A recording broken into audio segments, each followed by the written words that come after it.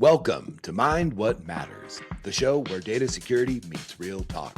We're here to unpack the big stories, the hidden risks, and the curious moments from the world of cybersecurity, all with a dash of fun. However you're protecting data, we're here to help you mind what matters. Hello, everyone. Welcome back to Mind What Matters. My name is Samuel Hill, and I'm joined by my friend, co-host Landen Brown. Landen, I know there's a lot on my mind today. How are you, bud? I'm doing well. A lot on my mind as well. Certainly a busy week for the Brown family. I feel like I say that every single time we talk, Sam. But things are really well here, and I think on the business and mind side, we're also just killing it as a team as well. So nothing but good marks this week for me. I told my boss this, so I'll say this publicly. I'll say it publicly. Mine has now officially been the best job I've ever had in my entire life for some time. Wow.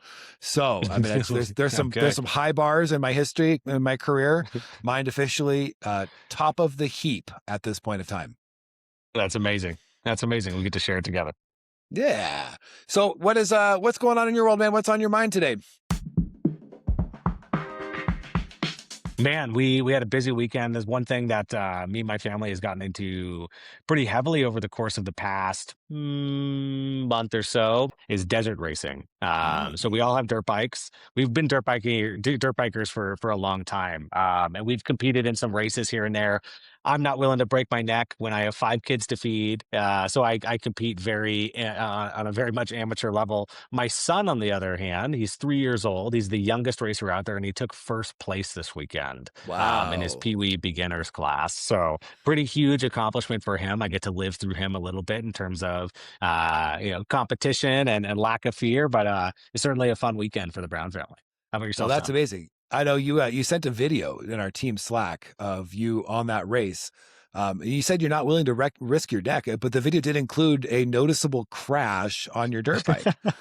That's right. Yeah, it is true. And it seems like every single time I do have a noticeable crash, it's into a sagebrush. And I have the most amazing pillow-like landing. If you watch that video, you see all of the branches of the sagebrush just explode into chaos all at the same time. So you're not Uh, wrong. But those aren't on purpose, Samuel. You'd be surprised. I know they're not on purpose, Landon. That's why I bring it up. If you did it on purpose, there'd be another conversation we would have. But sage smells delicious, probably. So, but also bonus crashing into a sagebrush and it's smelling so good.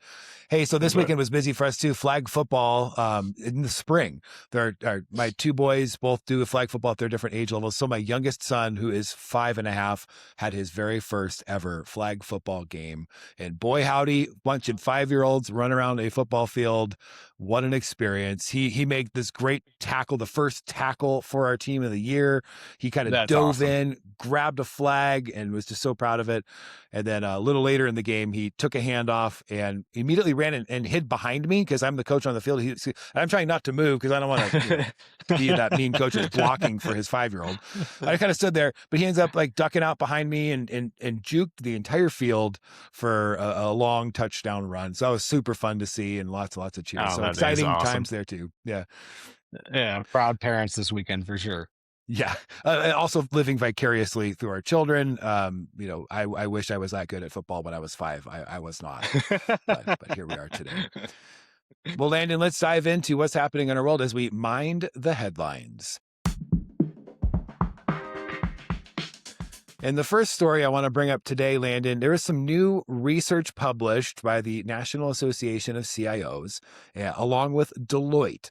And it was talking to security leaders in the public sector. So state, local governments, Mhm. organizations, the people who are charged and entrusted with protecting the data of their citizens and residents and where they live in their jurisdiction. And Yep. some interesting points came out of this survey. And one of them is that only 26% of these CISOs say they are confident in their state's data protection, which is down from a few years ago, down from 48% in 2022. And this is also a new low since this survey began. Mhm. Shocking numbers. Obviously, the decline is pretty striking. Yeah, it's really interesting. I can't imagine being in the position of being a state CISO. They No. probably are some of the most tenured people in the industry that probably get less praise than they deserve. And one of the things that I think is everything moving towards technology, not just AI, right? When we think about water, we think about irrigation, electricity, we think about production and manufacturing in the state, everything moving towards kind of an IT focus. And that's before even AI. You Mhm. can start to understand why CISOs are becoming less confident that they understand and can protect their information assets, within the state. And then you layer on AI and generative AI on top of that, and it doesn't shock me that this stat is going down, especially considering usually, the public sector does lag behind the Mhm. private sector in terms of innovation, being able to respond to some of these things, right? No, they certainly do, probably for some good reasons and probably some frustrating reasons as well. The other Hmm. stat to pull out here is 63% they're not very confident that their local government or public universities can protect citizen data. And what struck me about this, I know Landon, we did some research and we did some primary research here at Mind, and that number was almost identical. We said 65% of our respondents said that they were Hmm. not very confident in their data security, especially for AI. But I just really think that it goes to show the predominance of security leaders are kind of struggling to get their hands around how do we secure data in the world of AI today. Yeah, and it just highlights more and more every single day that data security is not a siloed function anymore. Like it could be in a Postgres database or it could be in a SQL database. It's not anymore. It's kind of an Hmm. ever-present, ever-pressing threat to the organization that impacts everything. And probably more true is vice versa. Everything else impacts it, right? And so it doesn't. While it's shocking, it's starting to become more normal and more expected that this not very confident statistic matches what we're hearing from the peers we're talking to, as Hmm. well as what we're seeing in the public sector. Yeah, and then also the budgets getting cut this year. Where a couple years ago they were flat, not increasing but also not decreasing. But now budgets going Hmm. down. I wonder if that's because they're projecting cost savings, efficiencies from AI, while all the while still not feeling very confident in their ability to secure data. Yeah, it's hard to tell. I'm not going to pretend to be an expert No, in, yeah. maybe why they're cutting the budget. But you can certainly say that it does have an effect. And it reminds me of the conversation, Samuel, that we had with Lynn Friedman, where we talked Hmm. about AI regulation, right? Because there's an interesting dichotomy between the budget being cut and the forbidding of regulation state by state for AI at the same time, right? And those two, I think, are loosely correlated, but I think that it's an interesting challenge that the states are having to solve now is we can't regulate AI and our budgets are being cut. I mean, it seems a pretty obvious answer is we're going to become less confident in our data security program in general. Yeah, just in general. And I think overall just goes to show, I mean, obviously the state and local security leaders have their own unique challenges within their, specific vertical. Most verticals Hmm. or organizations have their own unique specific challenges. So they're not unique in that theirs might be higher than others, perhaps, maybe. But at the end of the day, like most security leaders are struggling mightily around data security and keeping the sensitive pieces of information safe from those that would be attacking it. And moving on, also speaking of sensitive information being attacked, Medtronic, the very large medical device manufacturer, confirmed with their Section 8K filing that Shiny Hunters has, ransomwared them and threatened with a data leak for just millions and millions of very sensitive records. Do you know anything about this attack and what's going on there, Landon? Yeah, it seems, yeah, unfortunately very similar to some of or I would say the majority of breaches that we're seeing. It's just a lot of SSO credential theft. It starts with some phishing, maybe some vishing, right? Impacted by MFA fatigue or maybe some token theft as well. But it always ends in the same, which is like a bulk export of data. It's this topic that you and I are very, very keen on understanding and tracking in the industry, which is either accidental, negligent, or malicious exportation or exfiltration of sensitive data, right? Which is certainly what's happening here. And I think what one of this really does highlight is there's elements of identity and access compromise. There's elements of SaaS and cloud data exposure, but there's also elements of just bad segmentation inside their corporate IT environment. And it's kind of a perfect segue from what we were talking about in the CISO statistics is that everything is impacting data security, and we can't just have a data security team anymore. I think we're starting to see the incorporation of data security teams into the broader security team as a stakeholder, but as a member of the broader security team in a more structured and predictable way than we have prior. Usually, these data security teams have been kind of siloed off. Like, you guys handle data security, we'll do real security, we'll do EDR, we'll do identity security, we'll do the real stuff, the real threat investigation, right? And now we're starting to see that this is a really good example of how many things impact data security. That data security representative, that steward, needs to be in the room at all times, and they need to, I think the industry is moving towards a more cohesive approach of security in general, incorporating them at every step. Well, I mean, it's hard, right? Medtronic's a very large company. They do billions Hmm. of dollars in revenue every year. Most large companies have siloed functions across the organization so they can, deal with scale. And we don't want silos, but understandably, they can be inevitable. However, the reason we have security in the first place is because there's sensitive data that we must protect, whether it's intellectual property, patient or customer records, or things that would be very damaging for us if they got Hmm. out. So it's Hmm. almost like I think we're seeing this trend line of let's get back to the basics, which is we have sensitive information. That is what our business runs off of. And that's before we've even connected it to AI. But the sensitive information that is so fundamental to how our business operates, we have to keep that safe. And then the things that are out there, the real security, if you will, our SIM and SOAR tools that are doing things for us or recording things for us are in service of keeping data safe. I mean, what do you make of all that trend line?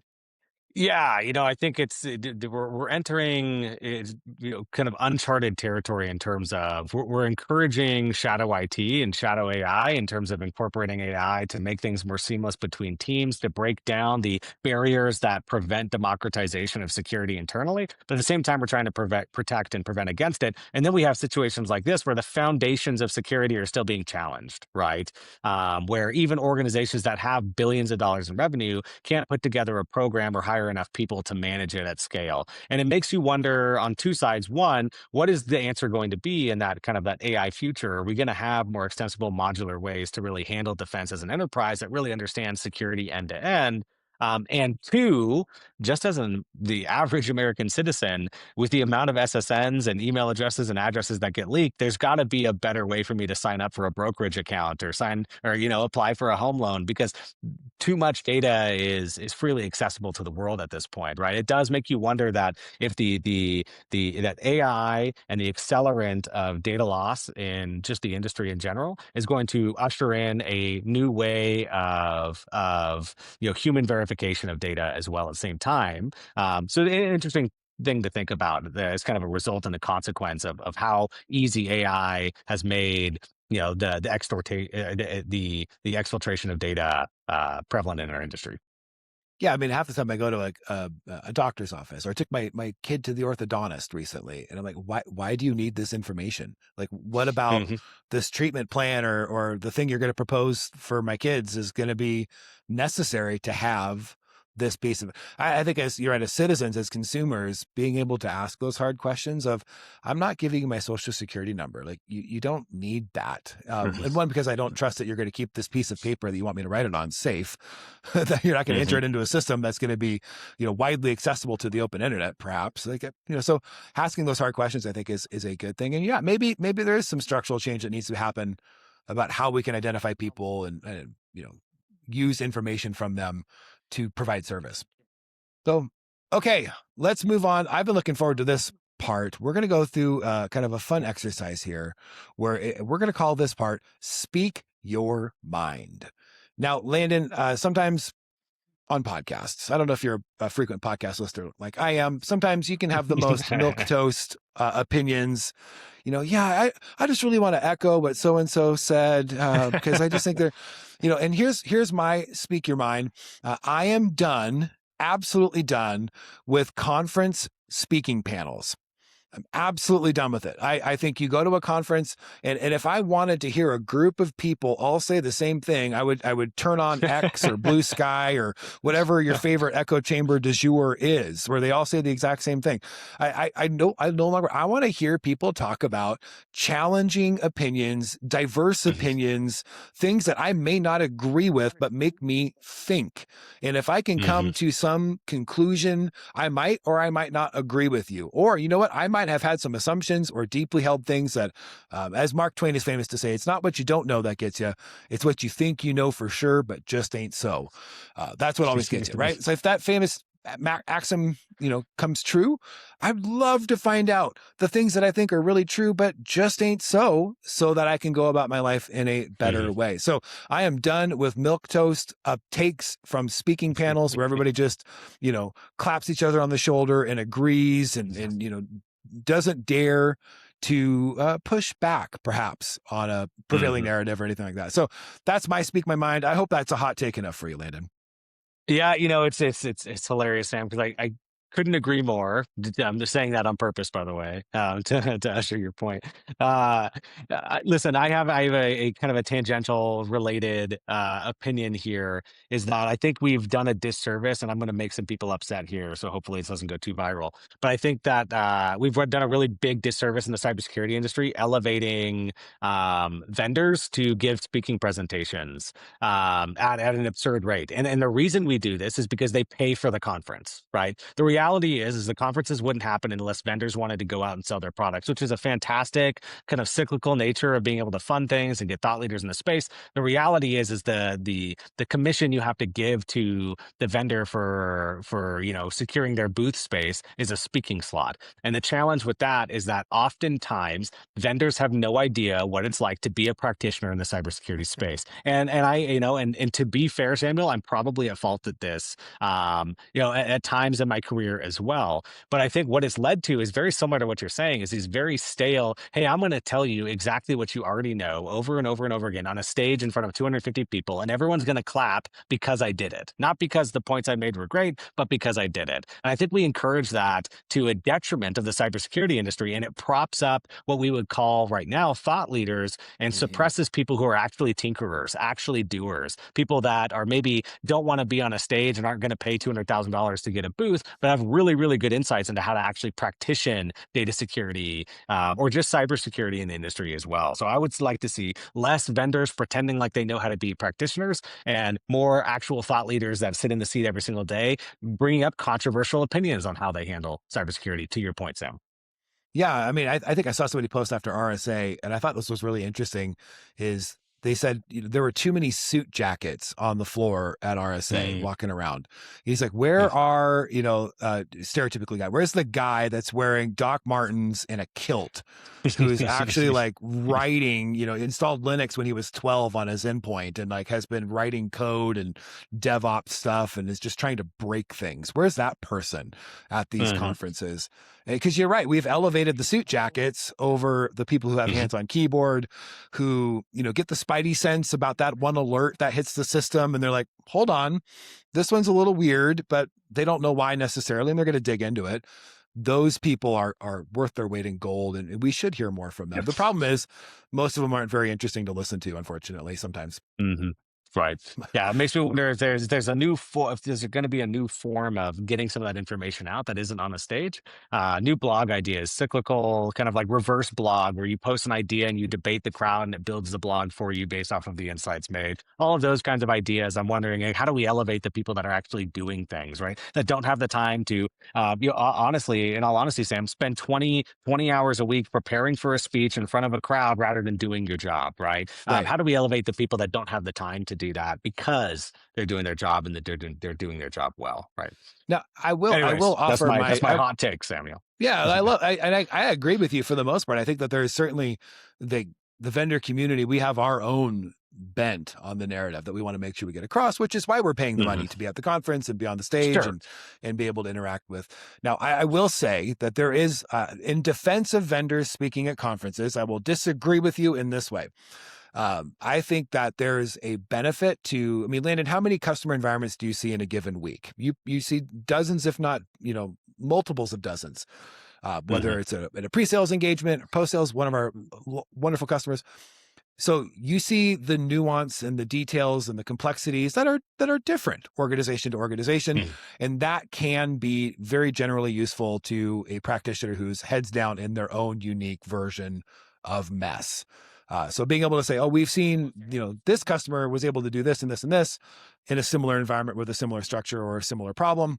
And so therefore now maybe we can help you with that too. So that is my one defense for the benefit that a vendor community can provide is we see a bit more breadth, but we may not understand your depth, which I think is what you're calling out. Mm.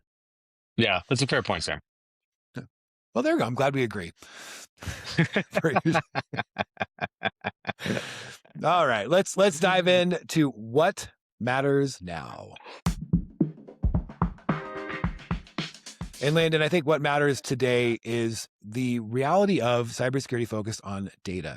You and I've talked about this a lot, both privately and publicly, is the Mhm. convergence that I think we're starting to see, the breaking down of silo walls between cybersecurity disciplines and tooling. Most of the disciplines were built around specific tools, as you were saying earlier, breaking that all down. So we're kind of starting to see the categories merge together around a focus of data security.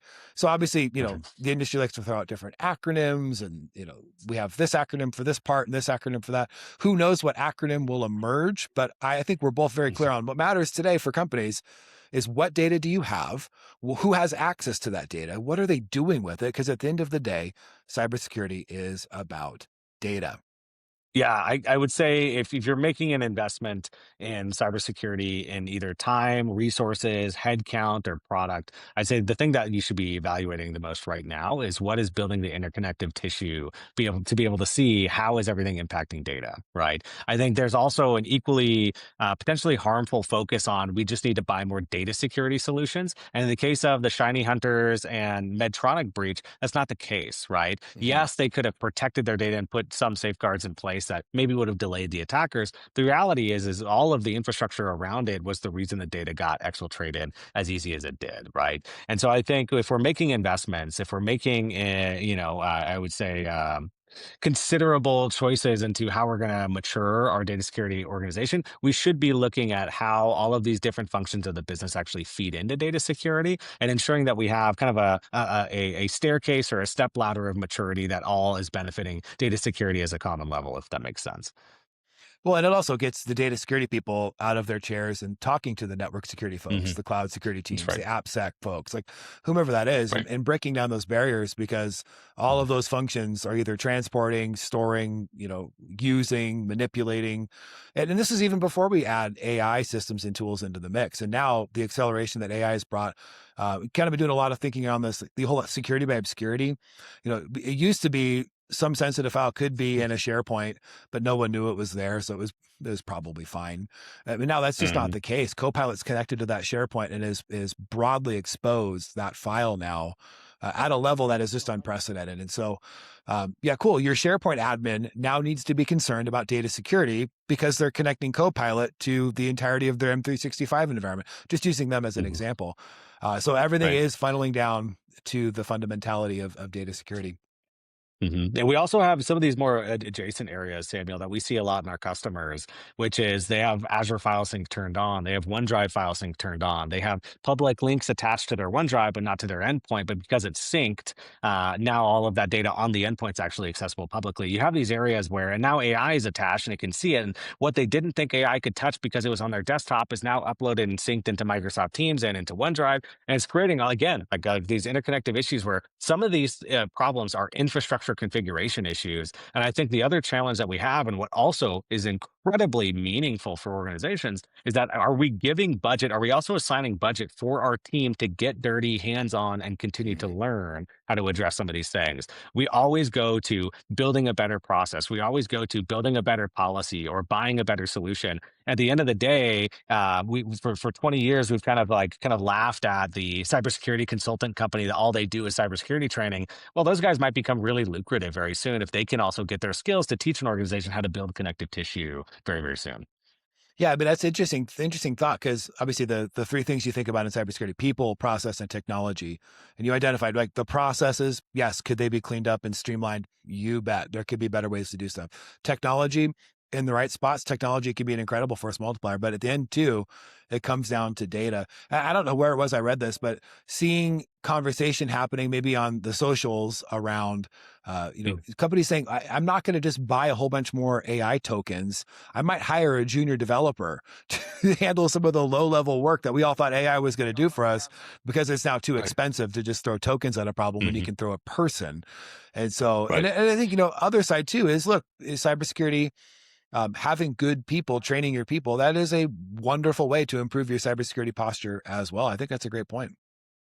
Yep. Yeah, 100%. I think it's going to be the lost focus of this year. I think is going to be ensuring that training is top of mind. And the reason I say that is I think we can all agree that there's certain areas of tech that typically are held by people that have less of a passion to be technical. Right. Hmm. And so you have hyper technical teams like DevOps teams and SREs, and you have like lower technical folks like governance and privacy and legal. Right. And these two things have typically survived pretty well as long as we have a data security steering committee, as long as we have a cloud security steering committee and everyone's involved and can be heard.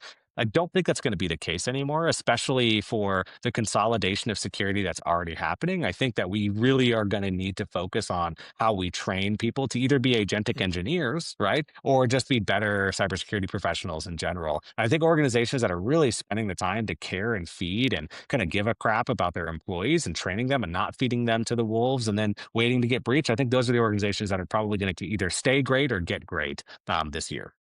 Yeah, well, may we all be that organization, and or work for that organization. And as I said earlier, it's wonderful to be in a place like that. Well, Landon, let's wrap this up, as we do every single episode. What did you learn today? Yeah, Samuel, I learned that you and I are never short of hot takes in the industry. And even when we disagree, we also agree at the same time. But I know, seriously, I think what the thing I learn is almost every single time we talk is how much emphasis or how much focus we put in work and in the industry and trying to think through these problems so we can better serve our customers. But also ensuring that, hey, at the end of the day, the most important thing that we have also is our families, right? And so just the fact that we start our podcast every day with sharing the proud facts we have of our kids and then get into the hot takes is always just really fun. So learning that a good balance of everything, even in security as well as life, is kind of an essential path forward here.